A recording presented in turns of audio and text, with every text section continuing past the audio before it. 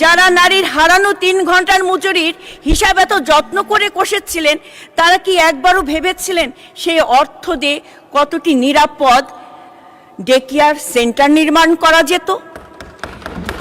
নারীকে আগে বাড়ি পাঠানোর ঘড়ি যা তাদের হাতে ছিল, কিন্তু তাদের সন্তানকে নিরাপদ রাখার জন্য একটি নিরাপদ ঘরের নকশা কেন তারা করতে পারেনি? নিপুণ রায় চৌধুরী, আসন সংখ্যা 311। নিপুণ রায় চৌধুরী, আপনার সময় 7 মিনিট। ধন্যবাদ আপনাকে। মাননীয় স্পিকার, আপনাকে অসংখ্য ধন্যবাদ। বিগত 1.5 দশকের সীমাহীন দুর্নীতি, বৈষম্য ও অর্থনীতি অব্যবস্থাপনা অতিক্রম করে একটি কল্যাণমুখী বৈষম্যহীন রাষ্ট্র গঠনের যে সাহসী রূপরেখা মাননীয় অর্থমন্ত্রী বাজেটে তুলে ধরেছেন, তার জন্য তিনি প্রশংসনীয় অবস্থানে প্রশংসা পাওয়ার যোগ্য। মাননীয় প্রধানমন্ত্রী জনাব তারেক রহমানের নেতৃত্বে প্রণীত এই বাজেটের আকার 9.38 লক্ষ কোটি টাকা, যার মধ্যে উন্নয়ন ব্যয় ধরা হয়েছে 3.16 লক্ষ কোটি টাকা। সমালোচকরা ঘাটতি নিয়ে কথা বলতেই পারে, কিন্তু একটা ভাঙা চাকা মেরামত করতে কিছু তো ব্যয় লাগবেই। মাননীয় স্পিকার, এই বাজেটের সবচেয়ে বড় শক্তি এর বহুমাত্রিকতা। কন্টেন্ট নির্মাতা থেকে কৃষক, কর্মজীবী নারী থেকে প্রবাসী, শিক্ষার্থী থেকে রোগী, সমাজ ও অর্থনীতি প্রতিটি স্তরে মানুষের প্রয়োজন এতে স্থান পেয়েছে। আমাদের অর্থনীতি বদলেছে, কাজের সংজ্ঞাও বদলেছে।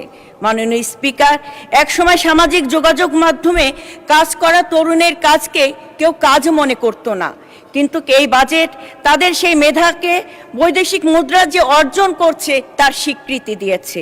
সব ধরনের কন্টেন্ট ক্রিয়েশন থেকে অর্জিত আয় করমুক্ত করা এবং ফ্রিল্যান্সারদের সেবার উপর বিদ্যমান 15% ভ্যাট প্রত্যাহারের প্রস্তাব দিয়ে এই বাজেট স্পষ্ট করেছে ক্যামেরার সামনে দাঁড়ানো কিংবা ল্যাপটপের পিছনে তরুণ জাতীয় অর্থনীতির নির্মাতা। সংস্কৃতিও এই বাজেটে শুধু আবেগ এবং আনুষ্ঠানিকতার মধ্যে সীমাবদ্ধ রাখিনি। বাদ্যযন্ত্র, চলচ্চিত্র নির্মাণের আধুনিক সরঞ্জাম, শুল্ক কমানো এবং সৃজনশীল অর্থনীতির জন্য তহবিল গঠনের উদ্যোগ প্রমাণ করে সংস্কৃতি এখন কর্মসংস্থান, উৎপাদন ও রপ্তানির একটি শক্তিশালী ক্ষেত্র। মাননীয় স্পিকার, শিক্ষা খাতে 1,36,606 কোটি টাকা বরাদ্দ দেওয়া হয়েছে। প্রান্তিক শিক্ষার্থীদের জন্য মিড ডে মিল সম্প্রসারণ, শ্রেণীকক্ষের প্রযুক্তির ব্যবহার এবং মেয়েদের স্নাতক পর্যন্ত বিনামূল্যে শিক্ষার উদ্যোগ প্রমাণ করে এই বাজেট শুধু আজকের ব্যয় নয়, আগামী প্রজন্মের সক্ষমতা বিনিয়োগ করেছে।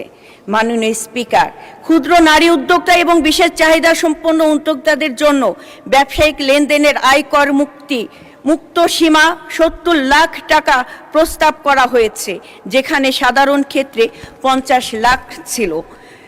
কারণ সমতা মানে সবাইকে এক জায়গায় দাঁড়া করানো নয়, যিনি বেশি বাধার মুখোমুখি হন তাকে এগিয়ে যাওয়ার বেশি সুযোগ দেয় এর প্রকৃতি অন্তর্ভুক্ত। মাননীয় স্পিকার, নারী নামে 41 লক্ষ ফ্যামিলি কার্ডের জন্য 14,500 কোটি টাকার প্রস্তাব করা হয়েছে এই বাজেটে। এর উদ্যোগ পরিবারে নারীর অর্থনৈতিক কর্তৃত্ব ও সিদ্ধান্ত গ্রহণের ক্ষমতাকে শক্তিশালী করবে। শুধু প্রশংসা দিয়ে নারীর অর্থনৈতিক স্বাধীনতা আসে না, তার হাতে অর্থনৈতিক ক্ষমতা দিতে হয়। এই বাজেট বক্তৃতার মর্যাদা নয়, এ বাজেট অধিকার দিয়েছে। মাননীয় স্পিকার, আমি একজন ব্যাংকার হিসেবে কাজ করেছি, একজন আইনজীবী হিসেবেও কাজ করেছি। আমি একজন মা হয়ে সন্তানের দায়িত্ব পালন করেছি, সামলেছি সন্তানকে। তাই আমি জানি একজন কর্মজীবী নারী সকাল শুরু হওয়ার আগে একটি কর্মদিবস শেষ করে এবং অফিস থেকে ঘরে ফিরে যেয়ে আরেকটি কর্মদিবস শুরু করে। আমরা নির্বাচনের আগে একটি অভিনব তত্ত্ব শুনেছিলাম, যেখানে বলা হয়েছিল নারীর কর্মঘণ্টা কমিয়ে 5 ঘন্টা করে দিলেই নাকি নারীর উন্নয়ন হবে, আর বাকি 3 ঘন্টার মজুরি সরকার দেবে। মাননীয় স্পিকার, যারা নারীর হারানো 3 ঘন্টার মজুরির হিসাব এত যত্ন করে কষেছিলেন, তারা কি একবারও ভেবেছিলেন সেই অর্থ দিয়ে কতটি নিরাপদ ডে কেয়ার সেন্টার নির্মাণ করা যেত? নারীকে আগে বাড়ি পাঠানোর ঘড়ি যা তাদের হাতে ছিল, কিন্তু তাদের সন্তানকে নিরাপদ রাখার জন্য একটি নিরাপদ ঘরের নকশা কেন তারা করতে পারেনি? মাননীয় স্পিকার, সমস্যার শিকড় না কেটে শুধু ঘড়ির কাঁটা 3 ঘন্টা এগিয়ে দিলেই নারীর মুক্তি সম্পন্ন এরকম অভিনব তত্ত্ব সত্যিই বিরল। মাননীয় স্পিকার, ঠিক সেই জায়গায় আজকের মাননীয় প্রধানমন্ত্রী জনাব তারেক রহমান যে অঙ্গীকার করেছিলেন আই হ্যাভ এ প্ল্যান, সেই প্ল্যানের অন্তর্ভুক্তি করে এই কর্মজীবী নারীদের জন্য তিনি স্থায়ী এবং কঠিন সমাধান নির্ণয় করেছেন এই বাজেটের মাধ্যমে। প্রথম পর্যায়ে 20টি, পরবর্তী পর্যায়ে 60টি আধুনিক ডে কেয়ার সেন্টার স্থাপনের উদ্যোগ নেওয়া হয়েছে।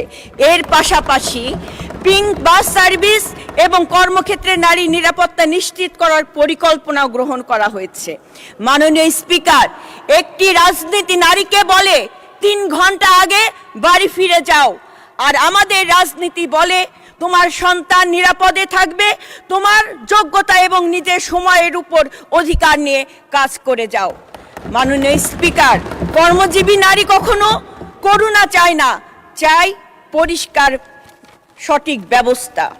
মাননীয় স্পিকার, মাসিক স্বাস্থ্য নিয়ে এই বাজেট বাস্তবতার দিকে তাকিয়েছে। স্যানিটারি ন্যাপকিনের কাঁচামাল আমদানিতে কর সুবিধা বহাল রাখা হয়েছে, আমি এটাকে সাধুবাদ জানাই। কিন্তু উদ্বেগের কথা আমি আরও বলতে চাই। বাংলাদেশে তৈরি পোশাকে নারী শ্রমিককে নিয়ে পরিচালিত একটি জরিপে দেখা গেছে মাত্র 34% নারী স্যানিটারি ন্যাপকিন ব্যবহার করে এবং 44% নারী এখনও কাপড় ব্যবহার করেন।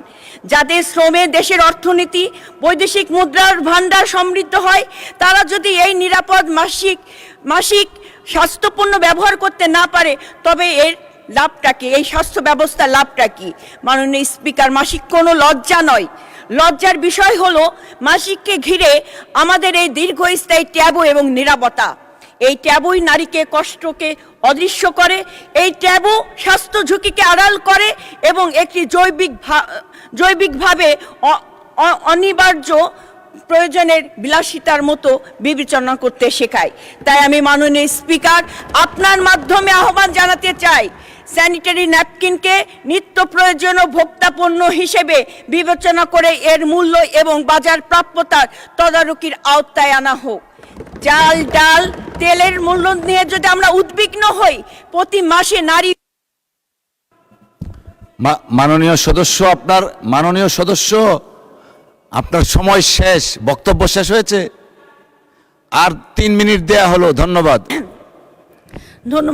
ধন্যবাদ মাননীয় স্পিকার। এই বাজেটে কৃষকের উৎপাদন ব্যয় কমাতে সার এবং কীটনাশকের ছাড় দিয়েছে। ক্যান্সারে ওষুধ, হার্টের রিং এবং ডায়ালাইসিস ফিল্টার কর কমানো হয়েছে। প্রবাসীদের জন্য প্রবাসী কার্ড এবং দক্ষ কর্মীদের জন্য স্মার্ট স্কিল ব্যাংকের ব্যবস্থা করা হয়েছে। তারপরেও কি বলা হবে কৃষকের জন্য কিছুই নেই, রোগীর জন্য কিছুই নেই, তরুণের জন্য কিছুই নেই? মাননীয় স্পিকার, বিরোধী পক্ষকে আমি আহ্বান জানাই, স্লোগান দিয়ে নয়, সমাধান নিয়ে আসুন। কেবল অকার্যকর, জনবিরোধী, কিছুই নেই শব্দ 3টি পালাক্রমে উচ্চারণ করলেই বাজেট বিশ্লেষণ করা হয় না। অন্ধকারের কথা বলে সংসদ কখনো আলোকিত করা যায় না, আলো জানালো পথ তো দেখাতে হয়। মাননীয় স্পিকার, এটি এমন একটি বাজেট যা একদিকে যেমন বিনিয়োগ বান্ধব, তেমনি সাধারণ মানুষের মুখে হাসি ফোটানোর প্রতিশ্রুতি বহন করে। আমি মনে করি এই বাজেট বাস্তবায়িত হলে শিক্ষা, স্বাস্থ্য এবং প্রযুক্তির অভাব ঘুচবে, তরুণের স্বপ্ন পাখা মেলবে, বাংলাদেশ একটি ক্ষুধা দারিদ্র মুক্ত দেশ হিসেবে অভিযাত্রা শুরু করবে। তাই আমি মাননীয় প্রধানমন্ত্রী জনাব তারেক রহমান এবং মাননীয় অর্থমন্ত্রীকে এই সাহসী বাজেটের জন্য ধন্যবাদ জানাচ্ছি। সেই সাথে মাননীয় স্পিকার, আমাকে সময় দেওয়ার জন্য আপনাকে ধন্যবাদ জানাচ্ছি, কৃতজ্ঞতা জ্ঞাপন করছি। ধন্যবাদ।